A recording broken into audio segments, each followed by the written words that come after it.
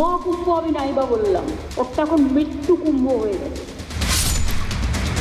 ये केवल महाकुंभ नहीं बल्कि महान कुंभ बन गया है। ये मृत कुंभ नहीं, ये अमृत कुंभ बन गया है। हिंदुओं की आस्था पर चोट करना उनका फैशन बन गया है। अरे भाई, गंगा में डुबकी लेने से गरीबी दूर होती क्या? आपको खाना मिलता पेट को, तो ये लोग जाकर हजारों रुपए खर्च करके कंपटीशन पे डुबकियां मार रहे हैं। कुंभ का क्या कोई मतलब है? फालतू है कुंभ। মহাকুম্ভ আমি নাইবা বললাম, ওটা এখন মৃত্যু কুম্ভ হয়ে গেছে, মৃত্যু কূপের মতো।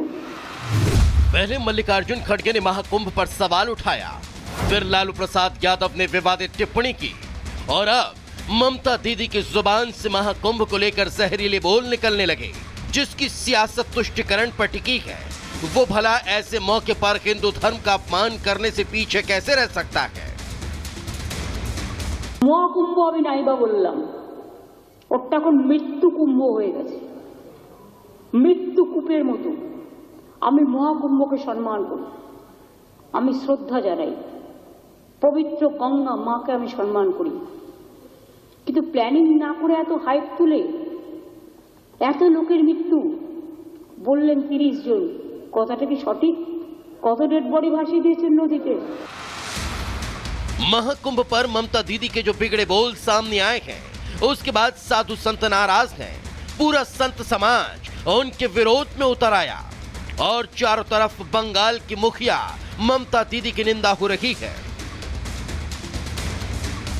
मुझे बहुत दुख होता है जब लोग नेगेटिव दृष्टि में जाते हैं। 52 करोड़ लोगों से ज्यादा, 520 मिलियन लोग से ज्यादा ने स्नान किया, साथ ही साथ सोए, साथ ही साथ खाना खाया, साथ ही साथ शांति में जीवन जिया। ये पूरा विश्व के लिए एक संदेश है, एक शांति संदेश है। ममता बनर्जी जो है, उनकी मानसिकता को मैं बहुत अच्छे से जानता हूं और वो अवसरवादी महिला हैं। जब उन्होंने केंद्र सरकार में उनको पद मिला तो अटल जी को ठीक कहा, और पद गया तो अटल जी को बुरा कहा और सरकार गिरा दी। तो उनको अपनी कुर्सी की चिंता है। अगर आपने कुल और खानदान में अगर सनातन से अपना जनेऊ संस्करण कराया है, अपना नामकरण कराया है, तो इस नामकरण को आप छोड़ दीजिए, अपना नाम ममता खान रख लीजिए और कुंभ में फिर आपको आने की जरूरत नहीं है। ये जितने भी सब लोग हैं, हम सब एक हैं, एक परिवार हैं। जब एक परिवार हैं, साथ मिलकर 55 करोड़ लोग स्नान कर चुके हैं, कर रहे हैं, एंड मोर टू कम, तो मृत कुंभ कैसे हो सकता है? ये मृत कुंभ नहीं है, ये मृत सोच है। इस सोच को हमें बदलना होगा और इस देश में सारा संकट सोच का है। ये मृत कुंभ नहीं, ये महाकुंभ है। महाकुंभ अपने समापन की ओर है, लेकिन उससे ठीक पहले ममता बनर्जी ने जो सेल्फ गोल किया है, उससे बीजेपी को बैठे बैठाए मुद्दा मिल गया। क्योंकि ममता बनर्जी को अगर महाकुंभ मृत्यु कुंभ लगता है, तो फिर उनकी जुबान 2013 में कुंभ के दौरान भगदड़ में 42 लोगों की मौत पर क्यों नहीं खुली? ऐसे में 11 साल में क्या बदल गया कि विपक्ष सनातन के अपमान में जुटा है? बदलाव है तो सिर्फ अखिलेश की जगह योगी की सरकार। कि ममता बनर्जी ने अपनी वोट बैंक को वापिस करने के लिए, यानी पश्चिम बंगाल में मुस्लिम वोट बैंक वापिस करने के लिए ममता बनर्जी ने हिंदुओं की इतनी बड़ी त्योहार को, जो 144 साल बाद आया है और पूरी दुनिया से करोड़ों की संख्या में लोग इसको देखने में, इसको पार्टिसिपेट करने के लिए आए हैं, तो ममता बनर्जी अपने वोट बैंक पॉलिटिक्स कर रही है। मृत्यु कुंभ की बात की है उन्होंने। लग रहा है मुझे कि कुछ राजनेता और राजनीतिक नेतृत्व और राजनीतिक पार्टियां, उनकी राजनीति का मृत्यु काल आ गया है, तो शायद इसीलिए उनको मृत्यु कुंभ नजर आ रहा है। जब व्यक्ति गर्त में जाता है तो उसको चारों तरफ पाप नजर आते हैं। हालांकि जब से महाकुंभ की शुरुआत हुई है, तुष्टिकरण की राजनीति में डूबा विपक्ष परेशान है। सनातन के खिलाफ नफरती बयानों का पिटारा लगातार जारी है। अब उसी लिस्ट में ममता बनर्जी का नाम भी जुड़ चुका है। वही साधु संत और सनातन में आस्था रखने वाले इसे अमृत कुंभ कह रहे हैं। अब सवाल ये है कि बार बार सनातन पर क्यों हमले हो रहे हैं, सनातन का अपमान क्यों किया जा रहा है। सवाल ये भी कि विपक्षियों को सनातन को बदनाम करने का सर्टिफिकेट आखिर दिया किसने। Bureau report, Republic Bharat. तो ममता बनर्जी ने सनातनी एकता पर चोट करने वाले बोल बोले तो उसके बाद अब आक्रोश देखा जा रहा है। बीजेपी के नेता गिरिराज सिंह सवाल करते हैं कि ये छवि आखिर किसने बनाई। हाजियों की छवि है कि वो देश की शांति और समृद्धि के लिए मक्का में प्रार्थना करते हैं, लेकिन जब बात सनातनियों की आती है तो उनकी छवि बना दी गई है कि वो अपने पापों को धोने के लिए कुंभ जाते हैं।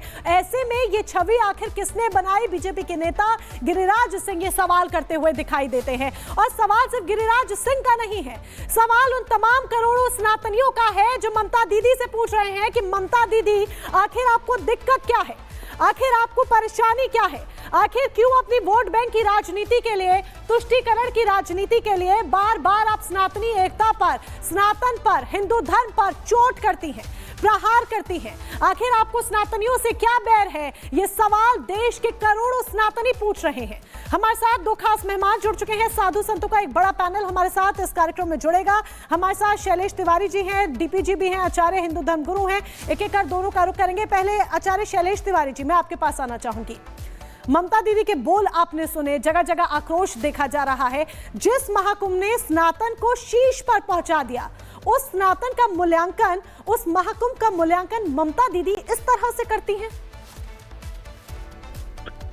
देखिए, ममता बनर्जी की पूरी राजनीति जो है वह मुसलमान के वोटों से टिकी हुई है और मुसलमानों को खुश करने के लिए ममता दीदी सनातन धर्म के जिस तरह प्रहार कर रही हैं, मैं इतना चैलेंज से कहता हूं कि साल 2026 में जो चुनाव हो रहा है उसमें ममता जी मुक्त हो जाएंगी। जो मृत्यु कुंभ कर ही असत्य है, मृत्यु कुंभ उन लोगों के लिए है, उन विपक्षी पार्टियों के लिए जिनकी राजनीतिक मृत्यु हो जाएगी, जिनको जनता अपने वोट देकर के उनके खिलाफ उनको मृत्यु तुल्य कष्ट देगी, उन्हें राजनीतिक रूप से मृत्यु प्रदान कर देगी। ममता बनर्जी जो बनर्जी लिखती हैं ब्राह्मण परिवार से आती हैं और जिस प्रकार से सनातन धर्म का बार बार अपमान कर रही है, कभी प्रभु श्री राम का, कभी मां गंगा मैया का, कभी महाकुंभ का, यह निश्चित तौर पर सिद्ध करता है कि नाम सिर्फ उनका ममता बनर्जी है, उनका काम जो है वह मुस्लिम तुष्टीकरण की राजनीति के लिए है, जो बिल्कुल ठीक नहीं है।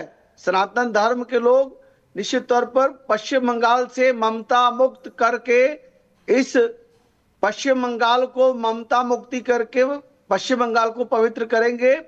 और वहीं पर गंगा सागर भी है, गंगा सागर कहा गया है कि सभी तीर्थ बार बार और गंगा सागर एक बार, और यही महाकुंभ का जो जल है गंगा सागर में मिलता है।